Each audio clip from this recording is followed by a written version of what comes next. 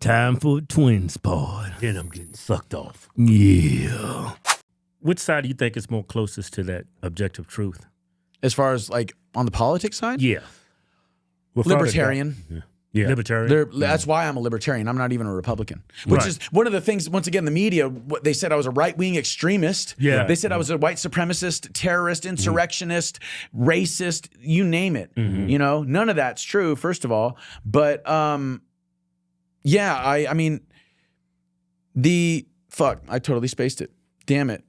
It's that weed, bro. No, you got it. That's what I get for smoking after not smoking for so long. You've been locked in this whole episode. Hey, no, I think from center political right is like the most that was the objective. question. Yeah. So what's the interesting part is that it's not like a line. It's actually a circle. Okay. Right. And extreme right and extreme left are in the same portion of the circle. It's totalitarianism. Right. Oh, so it's not outside. It's in. It's it's not a line. It's a circle. Okay, so here at this, say 6 o'clock, you have libertarian values, you have the Constitution, you have the Founding Fathers, right? Okay. On the exact opposite side of that, at 12 o'clock, you have tyranny, right? You have monarchy, you have tyranny, you have oligarchy, you have anarchy. Okay. And on this other side, you have things like republic, the Constitution, God-given rights. So the idea is that far extreme right and far extreme left are at 12 o'clock. Right. You know, they're closer to 12 o'clock than they are to 6. Can you dig? Yeah. And then eventually they meet at 12 because they both want totalitarian control. The right can be just as draconian as the left. Right. For example, the right, we were talking about earlier with weed, the right thinks that cannabis is the devil's lettuce. Yeah. Right. You know, it's like, dude, no. Like, it's a damn vegetable.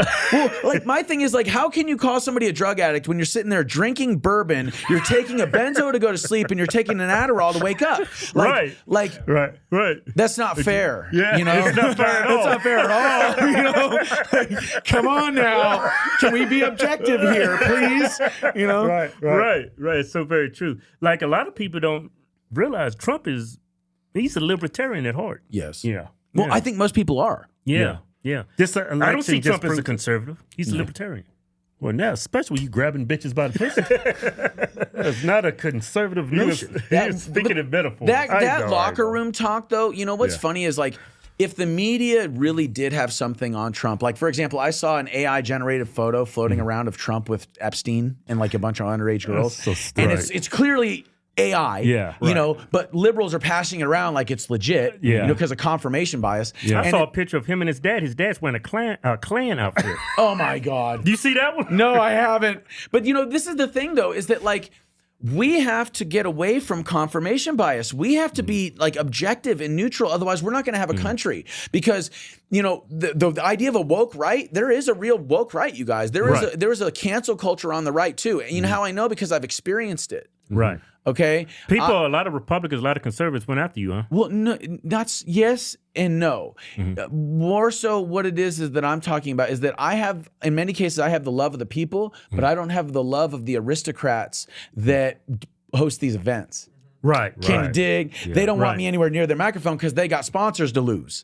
You know what I'm saying? Right. People like their yourself. allegiance is to that sponsor. Right, exactly. People like yourself that lighthearted, having a good time. Yeah, wear the regalia. Let's have a good time, you know? But people like Charlie Kirk, they don't want me on their Turning Point stage. Right. You know what I'm saying? Which is fine. I don't care, you know? But what I guess I'm getting at is this idea of there being like a cool kids table, you know what I'm saying? And I ain't allowed at it. Right. And that's fine with me. Okay. You know? Right. So explain to us, I'm not a lawyer or anything, but how does that pardon work? What changes? I mean, is your slate wiped clean? Like this never happened? From what I understand, it's like it's still on my record, but it has like a red X through it. Okay, so it's like it happened, but it didn't happen. I have my gun rights back from what I understand. I have my voting rights back. I can travel. I'm not on probation. You know what I'm saying? Right. But as far as like, is it wiped from my record entirely? No, I don't think so. It's just the record is that I have a pardon. Can you get that expunged later? Only by the court. And I don't think Judge Lamberth is going to do that. It was a kangaroo court to begin with. DC, bro. Yeah. So, I mean, I don't know how much more time we got left, but I thought that I would share something with you guys that I haven't really shared with anybody that I think is kind of funny. Because I know you guys are lighthearted. Right. Yeah. So did you guys see that new BBC interview I did? Where I saw it. You saw that? Where I was talking like this? Yes. Can't see the forest for the trees, I see. So she was patronizing you. Oh, she was. Yeah. Dude, well, you know what's funny about that interview is that interview was actually like a 20 to 30 minute long interview. Oh, really? But they only aired the last 8 minutes of it where I was like, you know what? You guys are really being pushy. You know what? How about no, my dear? You know what I mean? That's when they decided to air it because they saw that I was getting not necessarily irritated, but that was just pushing back a little bit, you know? Right. And then I mocked her with her accent, you know? Yeah. But what I wanted to share with you guys was that I can actually, a lot of people have said I'm an actor and stuff because the online profile that was floating around, but I've actually never gotten an acting gig in a day in my life. But I have gotten voiceover work because I do over 30 different voices and accents. Okay. Oh, wow. So I wanted to share some with you guys. Sure. Yeah. Just three, and why I think it's funny. Okay. So, I'm going to do 3 voices, and based on the portion of my vocal cords that I'm using to make these voices, one is a combination of each ones that are on each extreme. So, first of all, I can do a real good Morty. Do you guys like Rick and Morty? Yeah. I like Morty. Yeah, he's good, right? Okay, so I can do Morty. I can also do Kermit the Frog. Yeah. Not too bad for Kermit, you know. Yeah. Okay, but if you mix Kermit and Morty, you get Jordan Peterson. Now, what does that mean? What does that mean? I'll tell you, I don't know what it means, but it sure is funny as hell. I'll tell you that right now. That is, man. Wow. Isn't that great? Wow. Isn't that great? That's amazing, dude. Like, I think he has a cool voice, but if he was like liberal and he was woke, he would sound really dumb. Oh, yeah. You'd Right? be like, God, shut this guy up. I love the fact that he probably has that effect on libtards. You know what I mean? They're like, God, I can't stand his voice. Yeah. But yeah, dude, I can do over 30 different voices though. So I'll just give you one more. Optimus Prime, defender of the Earth, leader of the Autobots. Did you practice this stuff, or did you No, I mean, I've been able to do this for a long time. I just pull it out, sometimes Smeagol. Why does it cry, Smeagol? Wow. Oh, that's precious. That's very good, precious. Yeah, so I can do a lot of different voices, I can do a lot of different accents too. Oh yeah, you got that English accent down. Oh yes. And there's what's funny is that there's different versions. So there's a really pompous old fart. And they talk like this, you know? Yeah.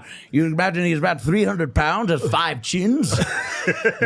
Sips his tea with the pinky out, yeah.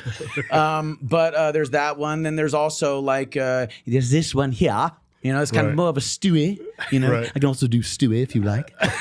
So if you have control of your vocal cords, then you can play with things. I'm trying to get Trump down. I can't get Trump down, but I can't get RFK Jr. down pretty good.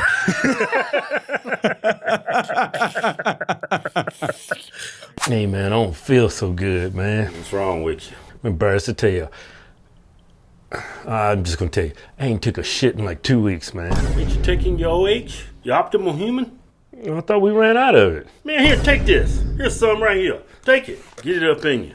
Drink that. Get that probiotics. That artichoke. That is good. That apple powder. All those essential nutrients that get your intestines right. Yeah, get them intestines right. Get it all up in you. Swallow it. There you go. Why are you drinking it like it's Kool-Aid or something? Just well, you made it with cold water. I'm over here getting brain freeze. What's good with cold water? It's like a smoothie. Oh man, I feel something move. Oh man.